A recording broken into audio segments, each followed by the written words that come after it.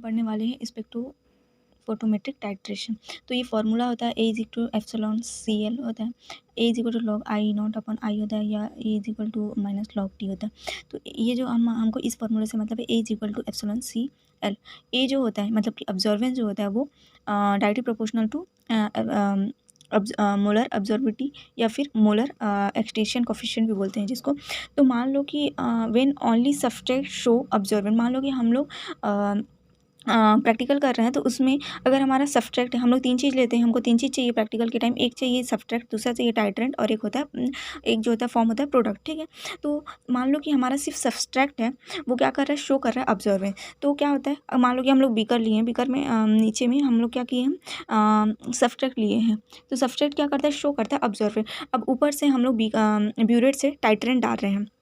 तो जैसे कि 10 ml अगर हम लोग सब्सट्रेट लिए हैं, उसमें 1 ml ऊपर से हम लोग टाइट्रेंट डालें, तो क्या हो जाएगा, अब हमारा 9 ml सब्सट्रेट बचेगा और 2 ml प्रोडक्ट बनेगा। तो इससे क्या होगी, इसकी अब्जॉर्बिटी क्या होगी, कम होती जाएगी सब्सट्रेट। फिर अगर हम लोग और डालेंगे, मान लो कि 5 ml डालें तो वो 15 ml हो जाएगा, टोटल 15 ml, जिसमें से 5 ml जो होता है सब्सट्रेट बचेगा और 5 ml हमारा प्रोडक्ट। तो इससे धीरे धीरे हमारा क्या हो रहा है, सब्सट्रेट जो होता है वो कम होते जा रहा है। इसलिए स्टार्टिंग में हमारा ग्राफ जो होता है कुछ ऐसे बनता है, यहाँ पर हमारा सब्सट्रेट और प्रोडक्ट होता है।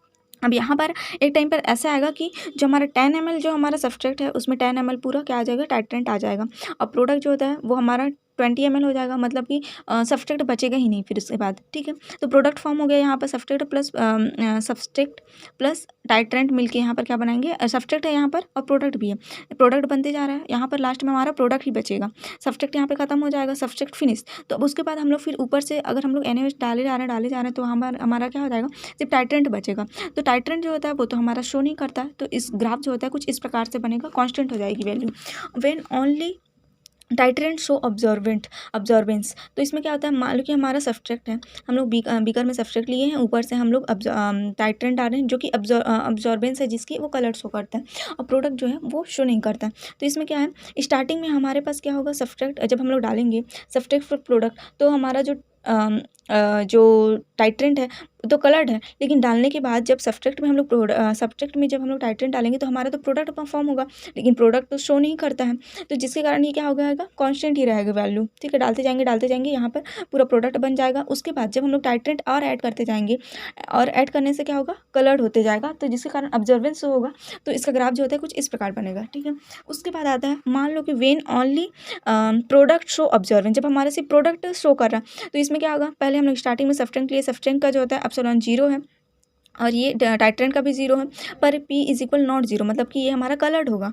तो स्टार्टिंग में हमारे पास क्या है, सब्सट्रेक्ट है और प्रोडक्ट है, मतलब कि सब्सट्रेक्ट में हम लोग जब टाइट्रेंट डालेंगे तो प्रोडक्ट फॉर्म होते जाएगा, तो ये जो होता है बढ़ते जाएगा धीरे धीरे, क्योंकि प्रोडक्ट की ऑब्जर्वेंस है तो वो कलर्ड है तो बढ़ते जाएगा। उसके बाद एक टाइम पर सिर्फ प्रोडक्ट ही रहेगा, उसके बाद प्रोडक्ट जो होता है वो शो करता है।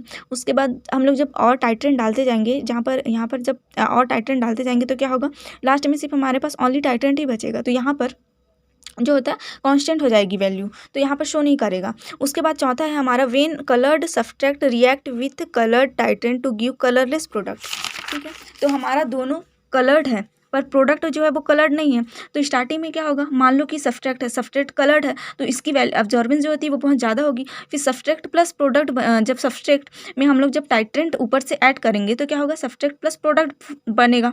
तो इसमें क्या होगा, मतलब कि प्रोडक्ट बनते जाएगा तो सब्सट्रैक्ट जो होती है उसकी वैल्यू कम होती जाएगी ना, तो मतलब कलर्ड कंपाउंड जो है वो, मतलब कलर्ड सॉल्यूशन जो है वो कम होती जाएगा, ऑब्जर्वेंस कम होगा, तो यहाँ पर ओनली प्रोडक्ट बचेगा एक टाइम पे जो कि कलरलेस होता है। अब उसमें धीरे धीरे अब हम लोग और टाइट्रेंट डालते जाएंगे तो क्या होगा, ये जो होता है वो बढ़ते जाएगा, मतलब कि ऑब्जर्वेंस जो होती है बढ़ती जाएगी, क्योंकि हमारा टाइट्रेंट जो होता है वो कलर्ड होता है।